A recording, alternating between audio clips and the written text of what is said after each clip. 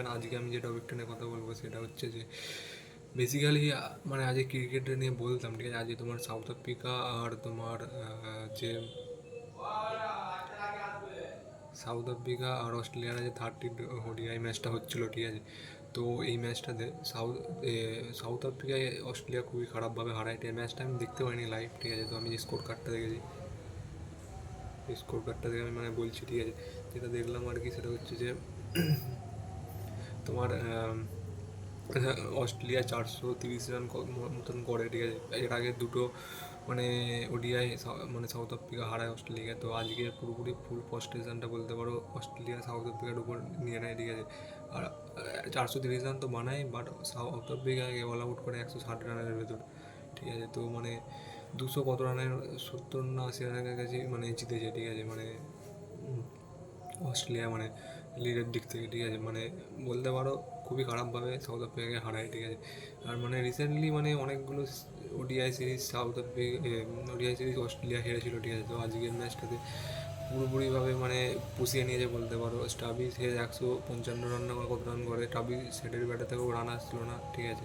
না T20 3টে ম্যাচে রান এসছে, না দুটো ওডিআই এর আগে। এই ম্যাচটাতে পুরোপুরিভাবে পুষিয়ে নিয়েছে বলতে পারো। 160 রানের কাছে টাবিস হেড করে, ঠিক আছে। তো তার মধ্যে মানে ক্যামেরন গ্রিন একটা মানে ফার্স্ট টেস্ট 100 করে অস্ট্রেলিয়ার হয়ে, ঠিক আছে। কত 46 বলে না 47 বলে 100 করে, ঠিক আছে। তারপরে তোমার মানে 3টে ব্যাটারি মানে 100 করে, ঠিক আছে বলতে পারো অস্ট্রেলিয়ার, ঠিক আছে। মানে এক তো তোমার ট্রাভিস হেড, তারপরে আরেকজনকে খেলছিল মানে 2 উইকেটেই মানে 430 রান বাড়িয়ে দেয় অস্ট্রেলিয়া, ঠিক আছে। তারপরে এই সবটা ঠিক আছে, বাট মানে আর যেটা মানে আমি বলতে চাইছিলাম যে তোমার আজকে চেতেশ্বর পূজারা মানে রিটায়ারমেন্টটা মানে নেয়, ঠিক আছে। মানে অল ফরম্যাট থেকে ইন্ডিয়ার হয়ে রিটায়ারমেন্ট নিয়ে নেয়, ঠিক আছে। এটা মানে খুবই মানে খারাপজনক ব্যাপার বলতে পারো। খারাপ নয় মানে খুবই খারাপ লাগছে, মানে কারণ আমি চেতেশ্বর পূজারাকে প্রথম থেকে যবে থেকে মানে ডিবিউ করি 2013 থেকে, তখন তারও আগে হয়তো ডিবিউ করেছি, বাট আমি 2013-14 থেকে চেতেশ্বর পূজারাকে দেখে আছি, ঠিক আছে।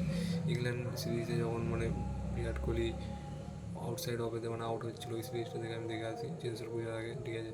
তারপরে মানে অনেক বার আউট হয়েছে, মানে টিম থেকে বেরিয়েছে, ভেতরে ঢুকে যায় মানে হতে হতে, বাট স্টিল মানে রাহুল দ্রাবিড়ের পরে যদি কেউ দাওয়ালের মানে এটা মানে পেতে পারে সেটা হচ্ছে চেতেশ্বর পূজারাই ছিল, ঠিক আছে। কারণ চেতেশ্বর পূজারা তোমার 3 নম্বরে মানে রাহুল দ্রাবিড়ের পরে মানে মিস করা ইন্ডিয়া রাহুল দ্রাবিড়কে অতটাও। চেতেশ্বর পূজারা নিজের মানে রোলটা খুবই ভালোভাবে নিভিয়েছিল, ঠিক আছে, ইন্ডিয়া টিমে। আর মানে আর বেস্ট সিরিজ ছিল মানে চেতেশ্বর পূজারার লাইফে, ওটা হচ্ছে বর্ডার গাভাস্কার ট্রফি 2017-18, ঠিক আছে। যেখানে প্রায় 1200-র কাছাকাছি বল খেলে, 600 না 700-র কাছাকাছি রান বানায়, ঠিক আছে। 3টে না ওটা 100 ছিল, একটা 200 ছিল মানে। আর একটা আমি স্ট্যাট দেখলাম, ঠিক আছে। মানে যবে থেকে চেতেশ্বর পূজারা ডেবিউ করেছে, ঠিক আছে, তারপর থেকে সবচেয়ে মানে এক একটা ইনিংসে মানে বল খেলার পর যে আউট হওয়ার যে অ্যাভারেজটা সেটা আজ হচ্ছে চেতেশ্বর পূজারা গেছে। আর চেতেশ্বর পূজারা পার 100 বলের পর আউট হয়, ঠিক আছে। মানে 99.4 না কত একটা অ্যাভারেজ দেখলাম, ঠিক আছে। মানে এটা মানে মানে একটা অসাধারণ মানে রেকর্ড বলতে পারেন। কারণ ইন্টারন্যাশনাল ক্রিকেটে মানে টেস্ট ক্রিকেটে মানে অনেক ভালো ভালো বলার থাকে, ঠিক আছে। মানে বল সুইং হয়, আউট সুইং হয়, ইন সুইং হয়, ঠিক আছে। ভালো ভালো টাফ টাফ কন্ডিশনে ব্যাট করতে হয়। সেখানে যদি কোনো ব্যাটার, ঠিক আছে, 100টা বল খেলার পরে আউট হচ্ছে, ঠিক আছে। তো মানে এটা খুবই অসাধারণ মানে রেকর্ড বলতে পারো। মানে অনলি মানে চেতেশ্বর পূজারা আশেপাশে আর কেউ নেই, ঠিক আছে। মানে আজকে রিটায়ারমেন্টটা নিয়ে নিল, ঠিক আছে। মানে তারপরে যদি দেখো চেতেশ্বর পূজারার মানে প্রায় 8,000-এর কাছাকাছি মানে রান করেছে টেস্ট এতে, ঠিক আছে।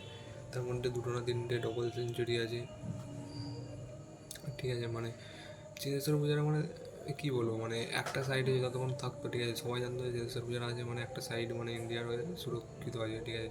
এই সাইড থেকে উইকেট পড়বেই না, ঠিক আছে। অসাধারণ মানে একটা টেস্ট ক্রিকেটার রিটায়ারমেন্ট নিয়ে নিল, ঠিক আছে।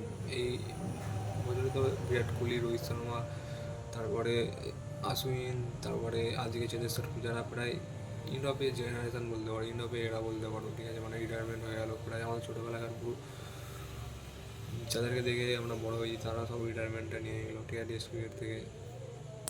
আর শুধু বিরাট রোহিত শর্মা আছে যারা ওডিআই খেলে, এরাও 2027 ওয়ার্ল্ড কাপ অব্দি খেলবে কি যায় না, বাট তখন আরও বেশি ইমোশনাল হয়ে যাবো যদি একজন একসাথে রিটায়ারমেন্ট নিয়ে নেয়। ঠিক আছে, বাট ঠিক আছে, আজকের জন্য এইটুকুনি।